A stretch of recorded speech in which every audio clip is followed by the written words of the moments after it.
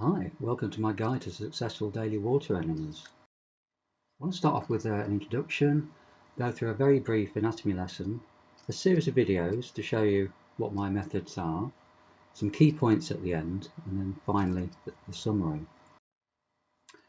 So who's this for and why am I doing it? Well, it's for anyone who really wants to do a warm water enema. That could be for medical reasons, which is why I have to do it. It might be for, say, some people want to cleanse their livers using coffee enemas, for instance. This would be equally applicable to them. I think for anyone interested in water enemas, there'll be something in here, I think, that maybe you hadn't thought of and you could try yourself.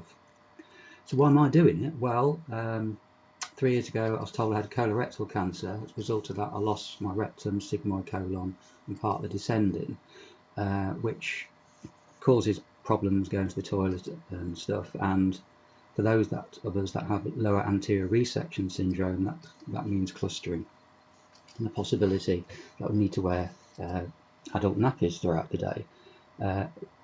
Pretty bad. So very quickly I picked up on enemas, and now I do them every day. Safety considerations would be, well, I did back it off with my surgeon. He just shrugged and said, well, you just do what you need to do to enjoy living, really. So I would advise you talk to your healthcare specialists first, particularly those with Crohn's, ulcerative colitis or colorectal cancer, like myself.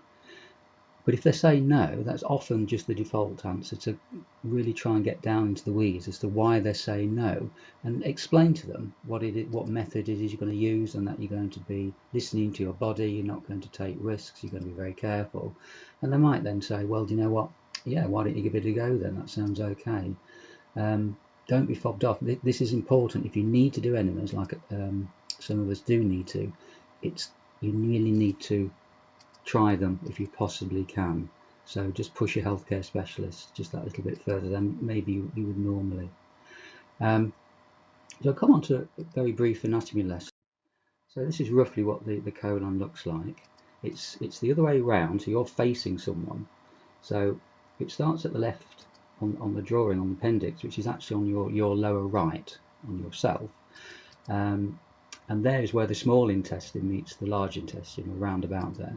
Those of you like myself who have had an ileostomy in the past, that's roughly the area I'm talking about. And there's a valve in there, so when we push water into the colon, it can't get into the small colon. So those of us, me included, who have blockages in the small intestine, unfortunately water enemas aren't going to solve that problem. But if you have a blockage in the large intestine, water enema could well help with that. So obviously the fecal matter goes up the ascending colon, which is on your right hand side, transverses from the right to the left on your body, down the descending, through the sigmoid, and then ends up in the rectum. Whereas after a while the rectum swells and swells with the fecal matter, and then it's telling the brain, right, we need to get rid of this through the anus. So those without a rectum and the sigmoid colon have a problem with that, because as soon as it comes down the descending colon, it's effectively knocking on the door wanting to come out.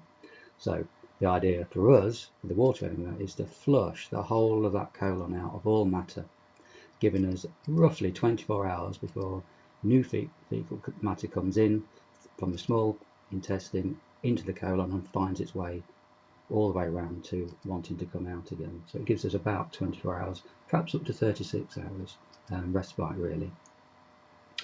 So I'm going to go on to the videos now. I'm going to start off with the equipment that I use and have used in the past, with some recommendations. Okay, see you in a sec.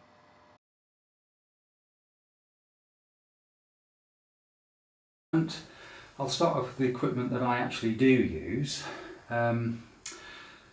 This comes as a unit. There's a bag which is see-through. It's got a nice wide neck so you can get in, clean it. It's got a really nice tap which you can actually control the flow rate with. Beware of the ones that just get this clip, which is pretty much just on off. Dreadful, you'll still see those around on Amazon. Avoid those.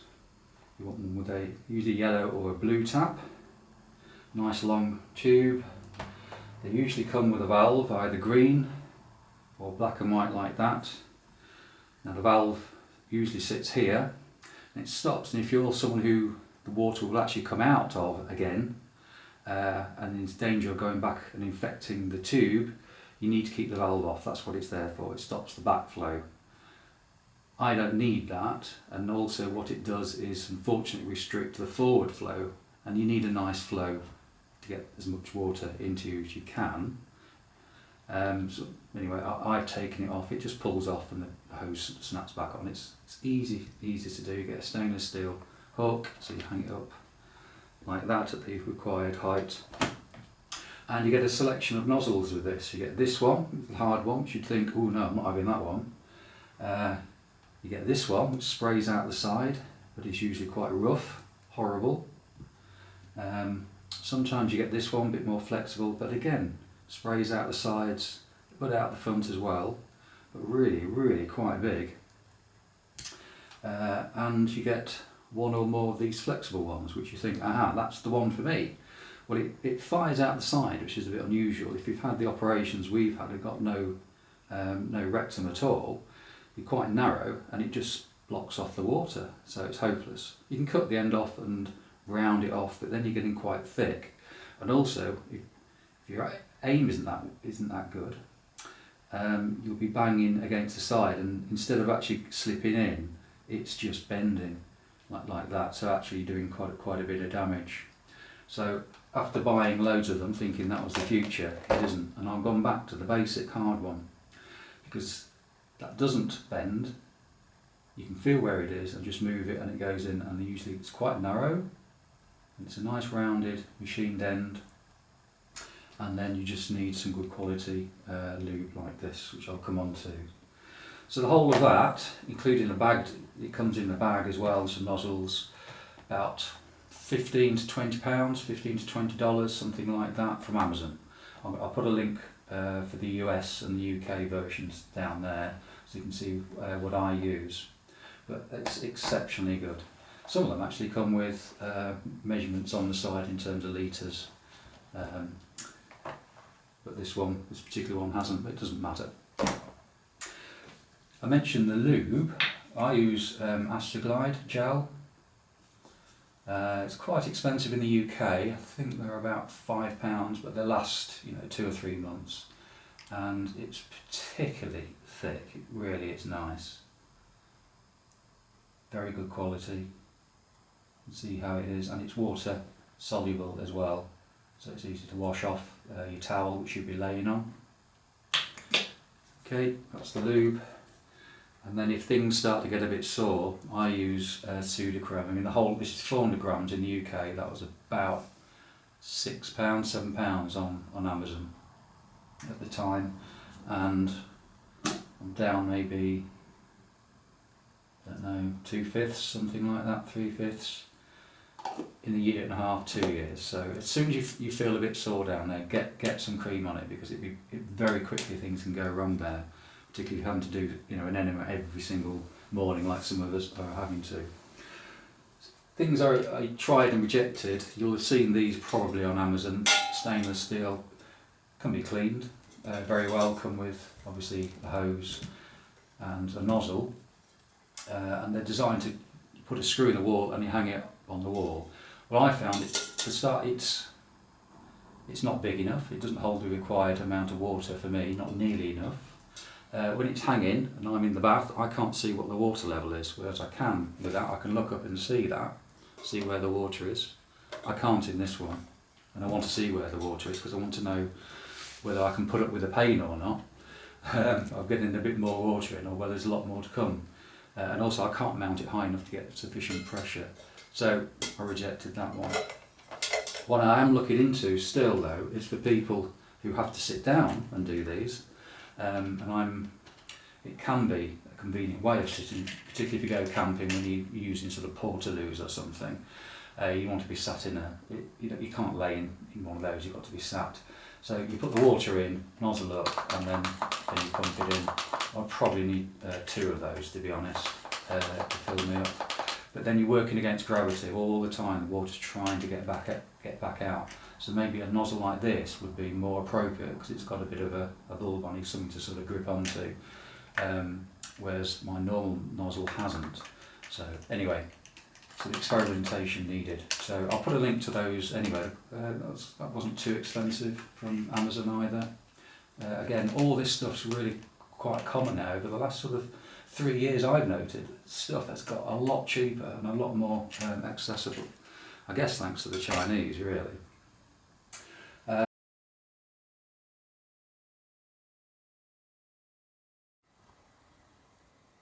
So this is the bathroom. There's a music stand there with an iPad on it. And towel in the bath. The bag's hung up here. So from the top of the bag to the floor is 1.8 metres, and that gives me a flow that I'm happy with anyway. Plenty of kitchen roll and toilet paper. I don't use very much kitchen roll, just right at the start when it's particularly wet when cleaning up, and toilet roll after that. Plenty of flushes as well to keep the drains unblocked. And then there's obviously the gel there, cream, and I've got hydrogen peroxide for cleaning the bag. The bag gets cleaned every week, so it gets hydrogen peroxide put in it, left in there for a week. Then I use the second of 3 bags that I've got. So I alternate the 2 bags using and cleaning, and then the third one's in the car, just in case I have to go somewhere, and such as hospital. So in the bag, so I will put in the bag about 1.5 litres I'm on at the moment, which is quite a lot. You might want to start up with less than that. Different people have different quantities, and they find that over months and years that those quantities change as well, go up and down. So it really isn't an exact science. And then obviously take the bottoms and pants off, and then obviously gel on there, and then what you need to do is open the tap over the toilet to get rid of the air. Close the tap so there's no air in here whatsoever, because you don't particularly want it to be put air inside you. It doesn't particularly matter, it's just not very pleasant. Then that's your start. Then you're off into the bath.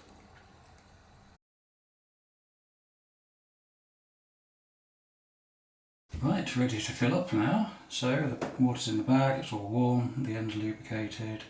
Okay, now bring your legs up like this, and then nozzle in the left hand, because my bag's on the right.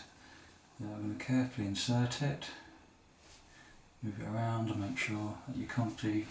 Raise your hips, because we want gravity to help. And the tap's in the right hand. When you're ready, open the tap. Then you'll know if the nozzle's in the right place, because you won't get a flow if it isn't. Move it around slowly, in and out, side to side, until the flow's right. When it's right, you can let go of the tap, as long as there's no pain, and then you can start massaging from the left. So down, going up the descending colon, across transverse. You're sort of squeezing the water slightly across to the right to the ascending colon, and then down the ascending colon. Okay. And keep doing that slowly. You can go round and round, just sort of mixing really and encouraging the water to the right. Don't put too much pressure on it. Don't want any problems. If it gets hurting or you're cramping, you stop immediately. Take some breaths. Maybe a massage again going from the left to the right. And if you feel ready, the cramps are gone, you open the tap again and let more water in. And you just keep doing this until the water's gone. I'm looking up at the bag at the moment and I can see where the water is, and it's going down. And eventually it'll stop. When it stops, tap off. Obviously nozzle slowly out, hips down. And some people might want to wait for 5 minutes, 10 minutes. I've tried that, it doesn't really make much difference to me, but you can try it if you like. A little bit more mixing. Round and round, round and round. Okay, then I'm ready to get out of the bath.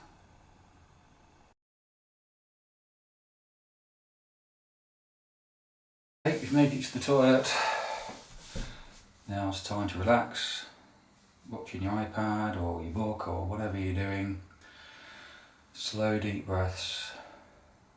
Initially the water will start coming out quite fast. It'll just be probably just water to begin with, but then you'll find that it's changing slightly. Keep breathing. Let's just round and round, just very lightly, very lightly. Okay, it's really just mixing it at this point, making sure that the water's mixing with everything else to loosen it and help it out. Don't push, no need to push. But those of you who are out of rectum probably can't anyway, so don't worry about that. Okay, so now you're going from the right to the left, okay? Down here, those of you who had an ileostomy, it's pretty much the start of the colon, and up, then across, round and round, and then down. Okay, what I found recently then is after say 5 minutes, things have quietened down. There's still a lot in there, believe me. You can actually put a bit of a twist in. 5 seconds, twist the other, and back, lean forward, all the way down if you want, all the way back. And now, the horseshoe caterpillar. So now we're going to start to squeeze. So it's like this, caterpillar, and squeeze forward, like squeezing toothpaste out of a tube. Okay, going up, across. It's actually easier on skin than it is on this t-shirt. Okay, and then down, and then the stuff will start coming out. Don't worry. So going quite firm now. We're trying to get the last bits. So the caterpillar across, in an upside down horseshoe. Okay, and then down. Down. Okay. Bit of a jiggle from right to left, round and round. You can go back forward again, all the way back. Do another twist, another twist. And hopefully, after about 15 minutes, maybe even 20 minutes, you're feeling quite empty. You won't be, but you'll be feeling quite empty. So then what I'll suggest is you now stand up and then you do twisting while you stood up, and I think you might want to go again.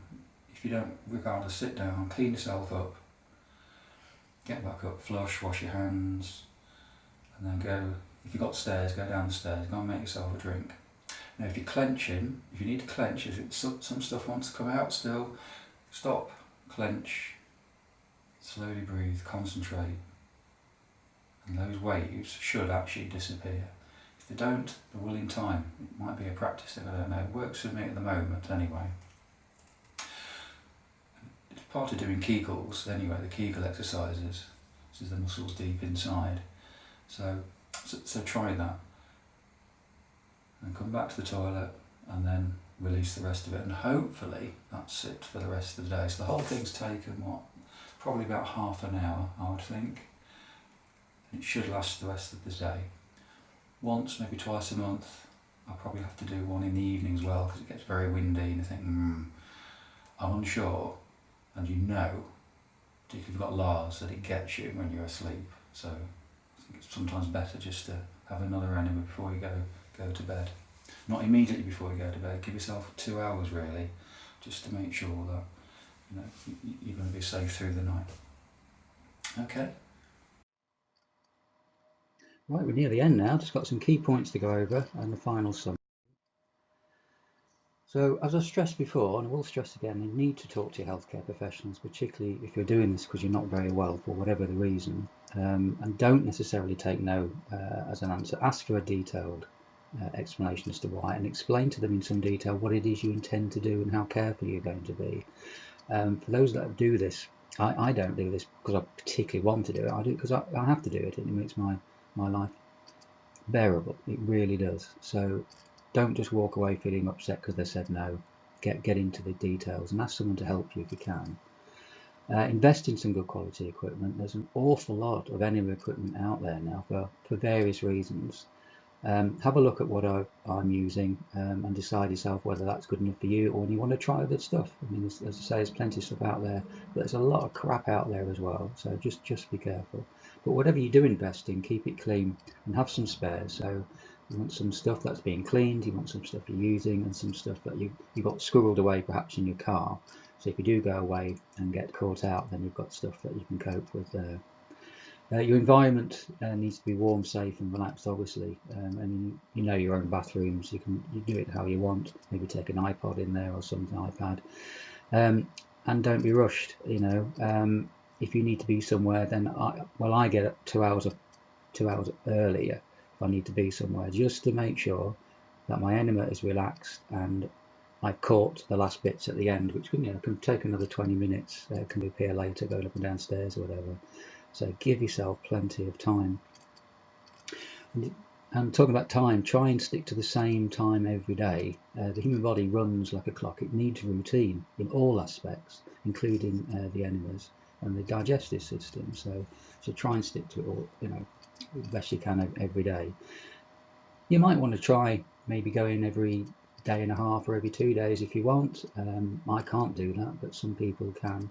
So you can play around with it as long as you note the results and you learn from them. Just try it. Not every enema was successful. Perhaps have 2 bad days out of every month.